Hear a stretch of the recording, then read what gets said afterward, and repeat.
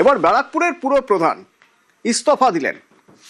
ব্যারাকপুরের আরও ১৯ জন কাউন্সিলর সরে দাঁড়ালেন।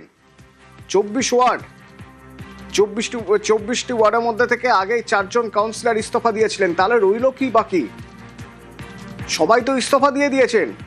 আর এদিকে পুরপ্রধান শুধু ইস্তফাই দেননি, দলও ছাড়ছেন বলে ঘোষণা করছেন, তৃণমূল ছেড়ে দিলেন বলে ঘোষণা করছেন। অরুণ আছে আমার সঙ্গে ফোনে। অরুণ, দীর্ঘদিন ধরে তৃণমূল করছেন বারাকপুরের পুরপ্রধান, তিনি দলও ছেড়ে দিচ্ছেন, পুরপ্রধানের পদ থেকেও তিনি ইস্তফা দিয়েছেন। উত্তম দাস, কেন? দেখো, 2010 সাল থেকে বারাকপুর পৌরসভার পৌরপ্রধান হচ্ছেন উত্তম দাস।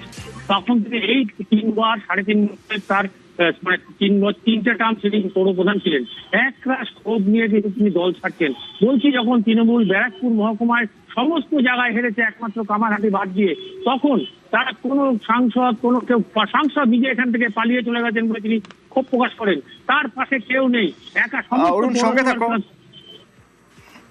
সঙ্গে থাকো।